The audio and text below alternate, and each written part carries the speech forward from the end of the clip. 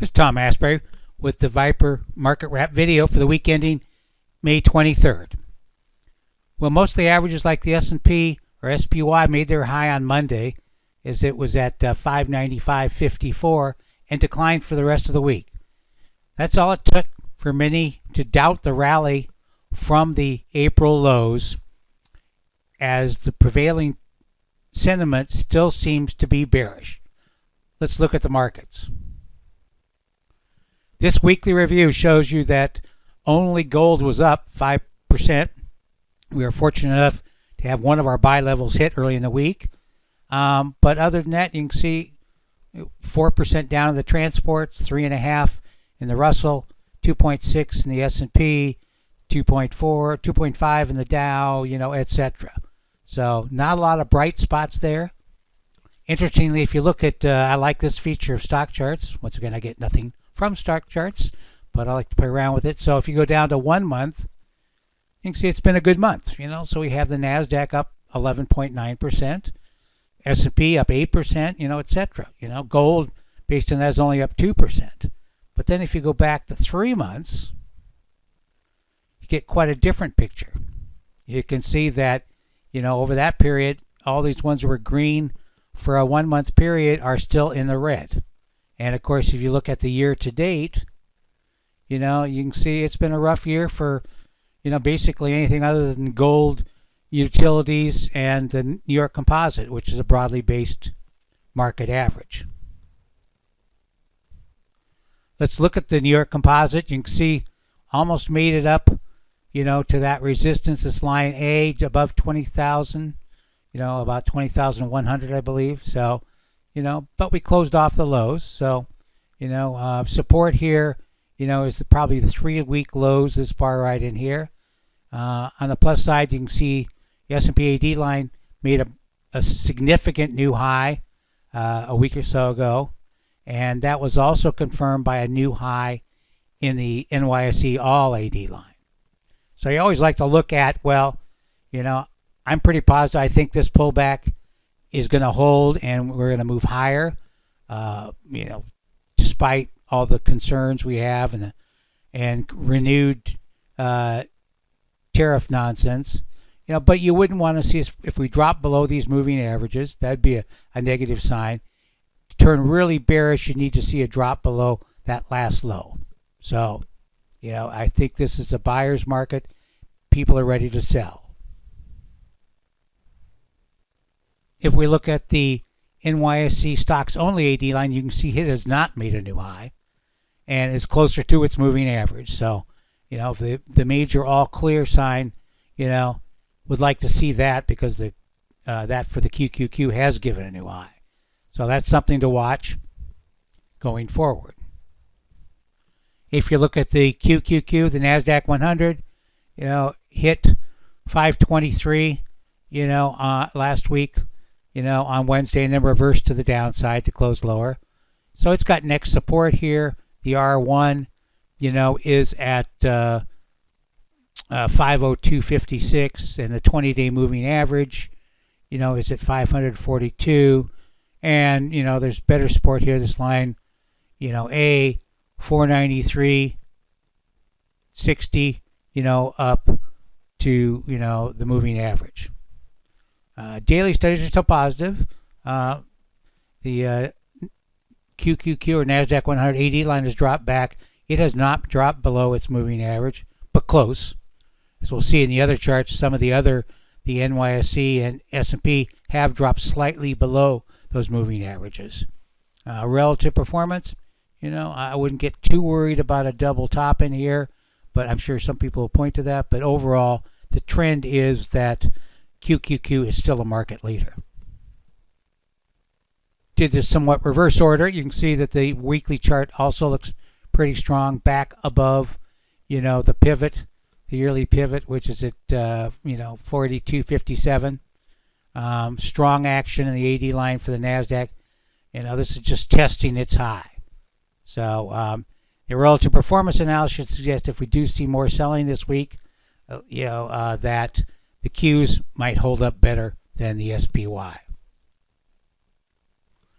Looking at the 100%, you can see there was quite heavy selling last week on Wednesday.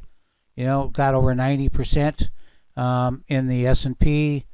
Even lower in the S&P 1500, and about the same in the QQQs. So, after this much heavy buying, that's not a surprise. But we'll be watching that. We'd like to see, for the bullish scenario, is we see a strong day of market breadth early in this holiday shortened week. Last week we mentioned there's a slight uptick in the new lows. Really hasn't gotten much worse. 47, 48 in the NYSE, but still sort of a positive trend. Tip if this is going to be a failing rally, we start to see, over 200 new lows. So far, we're not seeing that. For the NASDAQ composite, also see, slightly lower highs, but that's probably a little fine tuning in it, because as I teach, it's really not, like the AD lines or McClellan oscillator that can turn pretty quickly with prices. It's more of a little, confirmation trade, and so far, still positive, so, right around 109 new lows in the NASDAQ, so don't want to see a spurt up in that. The most worrisome development last week was an uptick in the VIX. So we made the VIX back above its moving average. Moving average is trying to flatten out. Also made it above its moving average in the CBOE NASDAQ 100 volatility index. But if you look, what normally happens, the worst case scenario is like we're right in here. So we'll get another pullback, and that means like a failing rally back in the market, and that would be more alarming. But still, no real signs yet, that probably this 25 level here in the VIX is something to watch, that for a little more negative volatility action. But at this point, we're just monitoring it. If you look at the daily charts, you get a little more idea where people are kind of worried. First, look at the price support. We shouldn't, we rallied. A couple weeks ago we talked about very positive we were going to move back above the 50-day moving average in pink. Did that. Now we're testing the 200 in dark blue, and I think that'll probably hold. 474 is right where that is, I believe. Yeah, 473.94. If they move up above that, of course, then the prior high here, and with the R2, though that's for May, we may not hit that, but all-time highs would be the next reasonable target. So you can see we partially filled the gap here, and if you look at the AD lines here, S&P 580 major breakout here, so the length of the breakout, is usually related to the ensuing move. So that would suggest this move is not over. And in fact that they just made new highs is also pretty bullish. So we're down here, moving average. Really the breakout level here is next key support, and so we watching the advanced decline numbers intraday and in the week ahead. You can see stocks only is still the one that's lagging. It has broken its downtrend, and it has support, right in here, not too far below where we closed. As is the same for the all AD line, So we mentioned last time, this pink line, we moved above that. That was the initial buy level. Breaking this further downtrend was another, positive weight of the evidence, and that's just been maintained as we've gone forward. The growth value ratio closed strong. So it looks like this is probably another turn in favor of growth. That's consistent with the relative performance analysis of the QQQs and the XLK. So, we could always pull back to this moving average. You can see the MACDs down here have improved and are positive. No strong divergences like we saw back in 23. Before we go into the full-fledged sector report, I want to kind of review some of the DTS stuff you may be interested in. So, typically what happens, so this is the XLC, one of our favorite ETFs, and this is 260-minute bars, rather. And you can see, the big green arrows, those are buy. The big red arrows are sells.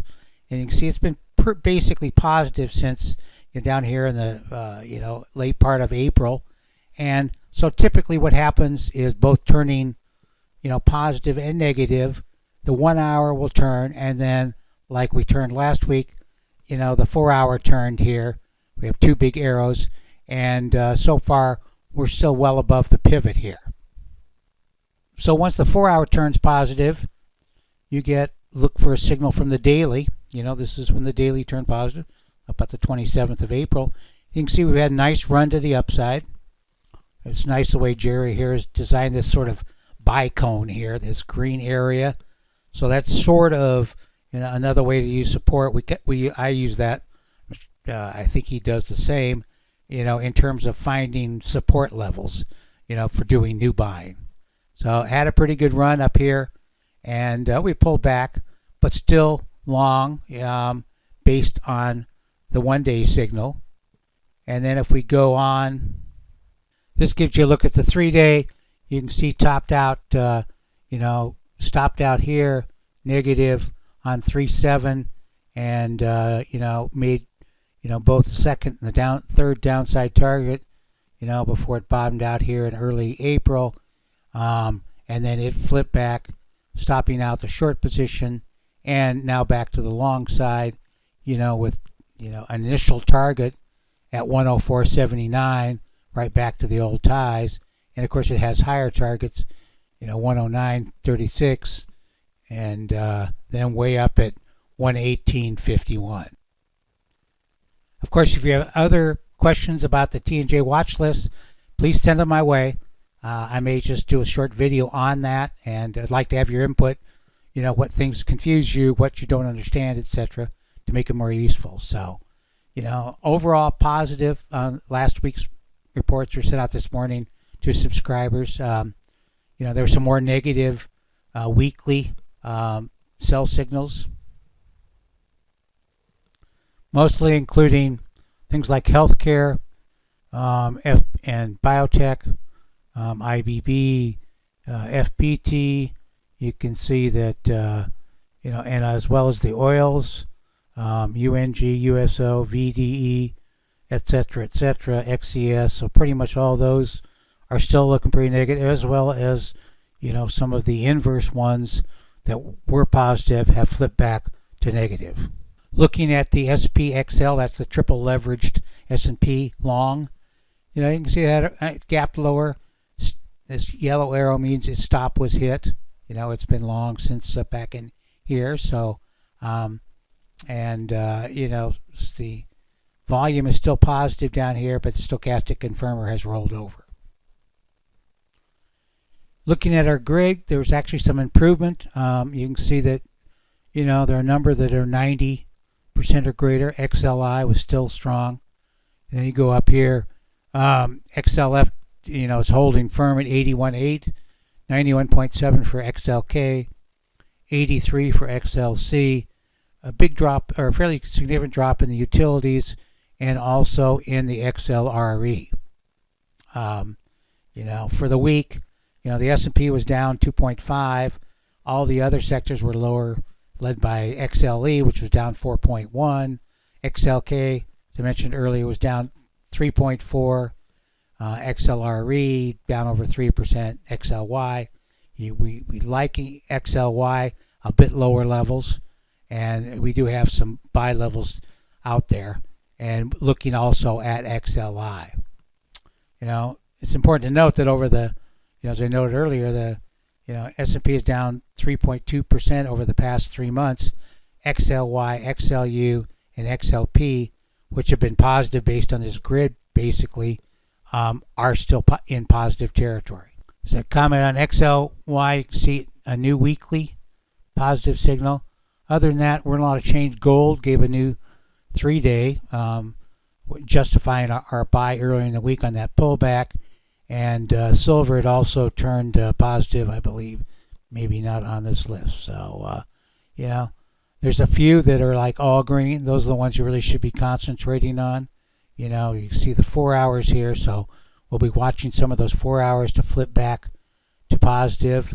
DTS early in the week, suggesting, still lots of work needs to be done. IDP, and the TQQQ, we sold out early in the week. It's a 4 hour negative, so I'll probably be looking to get back in it. RS analysis, consumer discretionary looks quite good. That we've been talking about this bottom formation, so now it looks like it can turn up here. That'll complete a strong bottom formation. It could be a leader over the next couple of months. Materials, real estate, still in downtrends. So we haven't been in materials other than gold stocks, and that's kind of seems like we'd like to see some improvement here. Let's look back at the sector report. Pretty good overall. You can see energy still is at 50%, but it looks weaker than that. And not a lot of, a few bright spots, Valero, but, all that's red up here, and the fact that both XLE, XOP are negative. We haven't been in that market for a while. We're itching to get back in, but fortunately we've been ignoring the semi-positive signals and staying on the sidelines. So materials, not a lot of interesting, copper, FCX, of course gold too. So it's, FCX is about the most attractive one there. You can see it flip to a daily, on Friday. Weekly is still negative, so, it could have some room on the upside. Industrials, lots of green, very little red. Caterpillar dropped below its pivot, but still 91, percent weekly, 91.7 in the 91.7 in both the 3-day and the weekly. We go down consumer discretionary, a little more potential there. You can see that surprisingly Nike gave a 3-day last week. Tesla still looks pretty good. McDonald's, Orly, of course we have Nvidia next week too. Auto parts guys still are acting pretty well.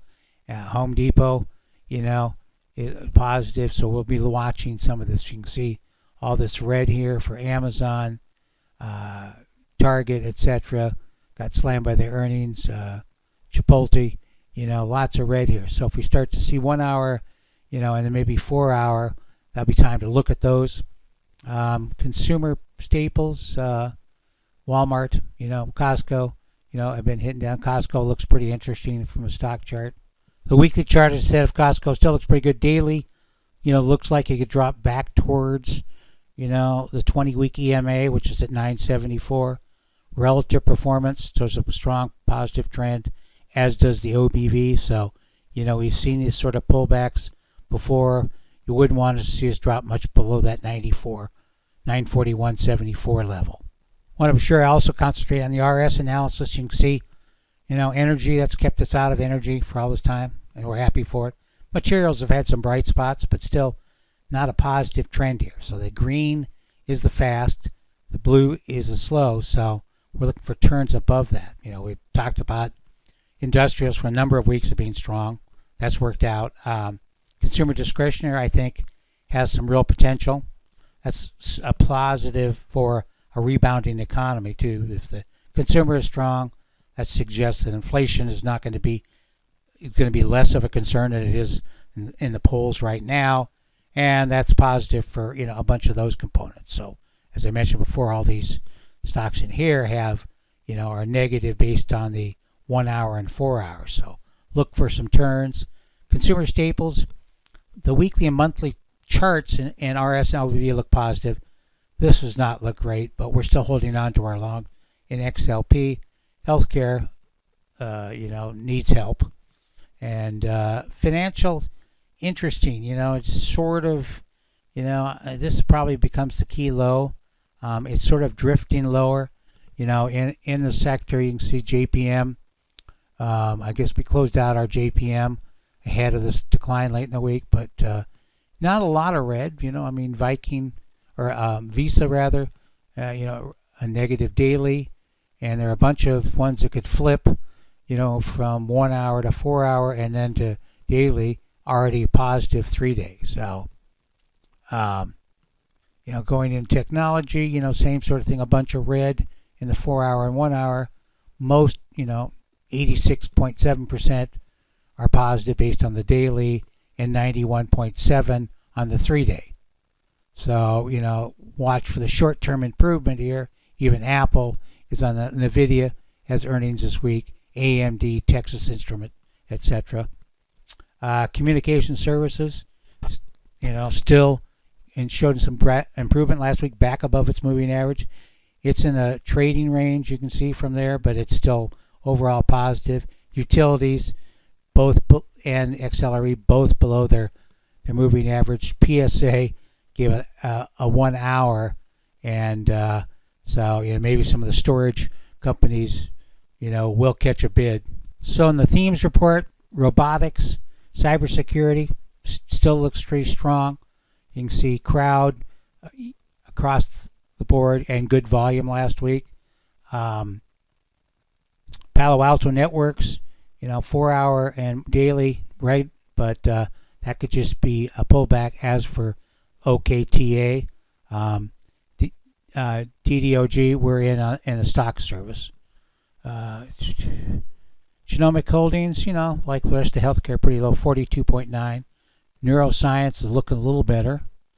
Self-drive, Tesla, we noted, had a little bit of a pullback, but generally 100% or 90% in 3 day, 100% in weekly.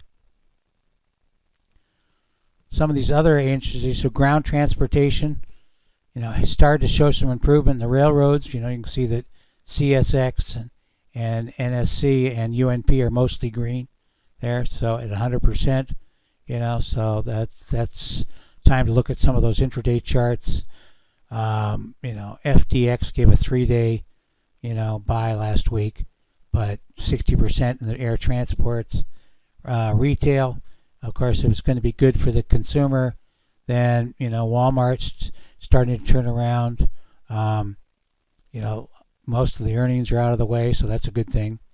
Leisure, also part of consumer discretionary, so you can see lots of red there. So, MGM and Hilton gave 1 hours on Friday, so, but so you look for improvement on the short term. Check your support, check your pivot levels, and before you take a trade. Aerospace, I keep watching this sector, and oil and gas, happy to be out. Largest stocks, in the NASDAQ 100, you can see there's only Apple is all red. The rest of them are pretty much green, and so if we get some DTS negatives here, that'll maybe create a new buying opportunity. And the Dow's largest, Amgen is about the only one that really rings a bell there. And also, if we look at the AI mix, you can see that I mentioned PNW. It got hit early in the week, so that's why the 4 hour and the daily, but you can see the 1 hour starting to turn around already. One other market I want to point out as we head into the week ahead and more trade, inflation, etc. concerns is the 30-year bond yield chart. Shows that it's just bumping into major resistance in the 5% area. It popped up above that during the week. And if you look at this chart, and what that would mean if we get a strong monthly, this is a monthly chart, close above, 5.152 or so, that's going to be signal much higher rates down the road, and that would have lots of implications. So these are some markets to keep an eye on as we move into the summer. Well, looking back since the end of the year, the AD line analysis has done quite a good job of keeping you out of the correction area and into buying when we got the turn in April. So you'll see more articles on the Weber on the Viper Report homepage. AD line, right here, new highs. What does that mean? And if you're interested in training, I'm signing up people for the summer and the fall, and that'll take you through the Build Your Investing Future. I can guarantee you that everyone I've worked with has had like somebody turned a light on in terms of how better they understand the market. So, they're managing their positions better. They're not panicking, and when everyone else is panicking, they tend to take action. So if you want some more information, you can text me at Tom@Viper Report, or you can read about it here. So hope you have a good week. As always, please send me your commentary, good or bad. Hope you have a great Memorial Day tomorrow. And normal updates, Viper Reports will start again on Tuesday. Thank you.